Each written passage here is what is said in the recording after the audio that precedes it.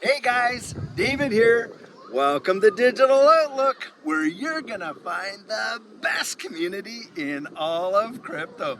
Well guys, I'm over here at the Capitol in DC, and I thought to myself, what a perfect opportunity to talk about something in this space that has a huge, massive implications. And of course, what are we talking about there?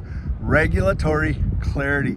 Guys, we know the regulatory clarity has got to be one of the most paramount issues for this space, and not just here in the good old United States, but of course around the wide world. And why is that? Well, guys, we know that when we get that regulatory clarity, that's when we will see some big time institutional adoption. Now, having said that, when we talk about institutional adoption, what are we really talking about? Because I know this gets bandied about. People throw that term out there all the time. Institutional adoption, da da da da da. Well, what is institutional adoption? Well, institutional adoption, of course, has to deal with all of these major, hedge funds and pension plans and things like that institutionally that can get in and absolutely be able to invest in this space. Because right now, of course, they can't touch it with a 10-foot pole. And the reason they can't touch it is, of course, because of their fiduciary responsibility. And the space just represents too much risk. And of course, they can't touch it.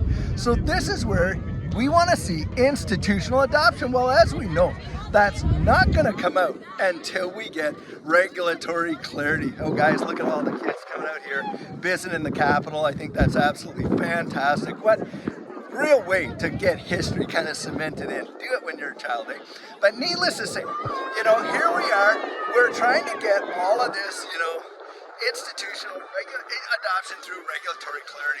Now, a lot of the regulatory clarity has to do with, okay, how do we define these assets? Are they all going to be securities? Who's going to have jurisdiction over it and all this and that? And of course, that's what the big fight is with the SEC right now. And of course, this Ripple lawsuit had a big deal. Now, that win for Ripple, XRP, I genuinely believe that demonstrates a win for the entire, ecosystem of all these crypto assets. Because what really came down there is, hey, Judge Annalisa Torres comes out and gives, XRP the only legislative clarity in this space by virtually saying, hey, listen, any of these sales on a secondary market, they do not represent a securities transaction. And that's a massive, massive deal. No other digital asset has that distinction in this space for holding that kind of classification.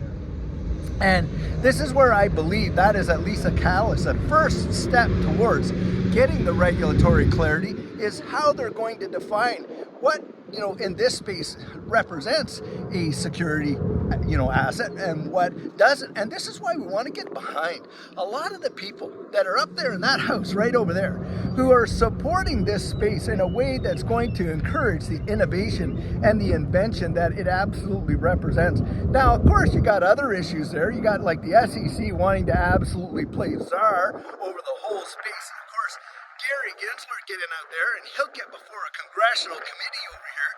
Guy can't even tell you the color of the sky, let alone what is a security and what isn't. Can't even answer, a simple question straight up. But boy, when he was at MIT, he sure had definitions for it. And guys, that just shows you the way in which this whole space and the political bandying about that's going on. And we know for a fact that, look, the Federal Reserve is definitely looking into the issuance of a central bank digital currency for the United States. And you got that happening all around the wide world. Now, in other jurisdictions, the United Arab Emirates, you got the UK, Singapore, Japan, and all these other places. Boy, it's not too difficult for them to come up with a regulatory framework, is it? And guys, this is where we have to kind of get out there, get our voices heard, and genuinely get these guys over here to do the job that they've been actually sent out to do and define this space. Now, when we get those definitions and when that regulatory clarity comes and we do start to see that institutional adoption, what do I think is going to happen is this. We're going to see the risk in this space come way, way down. With that is the reward. And that's why I think the reward's going to drop when it comes down to that because, hey, look, there's not as much risk. Now, ask yourself a question. For those of us that got in a lot earlier where the risk was much greater, where do you think we're going to see? We're all probably going to see some good rewards, right? Now, think about this. For everybody selling their XRP at 100, at 50, at 10 bucks, whatever your price target is, somebody else has to be on the other side of that transaction buying it at 10 bucks, 50 bucks, 100 bucks, don't they? Now you ask yourself this, what do you think is in the mind of the guys buying it at 10, 50, or 100? Well, they're obviously thinking, jeepers, I sure hope it goes to like 20, 30 if you're buying it at 10. If you're buying it at 50, you're thinking, wow, I hope it gets to 60, 70, maybe 80. You're buying it at 100, you're hoping, wow, I hope it goes to 150, 200, things like that. Guys, right now, we're able to get in on these things sub $1, and in fact, in some cases, sub 50 cents. We are so early, like I was saying in my coffee chat this morning, so early. And guys, right now, we're on that threshold. Historically, when we are going to get the regulatory clarity that this space has been looking for, I genuinely believe that in 2024, 2025, we are going to totally see it, and it's going to absolutely revolutionize this space, and we could very well see our own indices for this space. Forget about having to be part of the NASDAQ and all that. I think it could get its own indices. That's how phenomenal I really do believe it's gonna be. But just think of those terms and look around the wide world. Like I say, just go investigate and find out what legislators are proposing and what they're going out there when it comes to this space. And on top of that, other jurisdictions around the wide world that have already got that regulatory clarity and are very friendly to this digital asset space. And the United States, when you consider the history behind it, why on earth would we want to take a backseat to the rest of the wide world when it comes to this space? Guys, I don't believe it. I don't believe for a second that they haven't thought of that or that they don't even have contingencies to address it. I think what we're seeing right now is a real dog and pony show and a political tug of war going on right here. But eventually, I do believe we are absolutely going to see that regulatory clarity. So guys, just give you another quick peek there at the Capitol.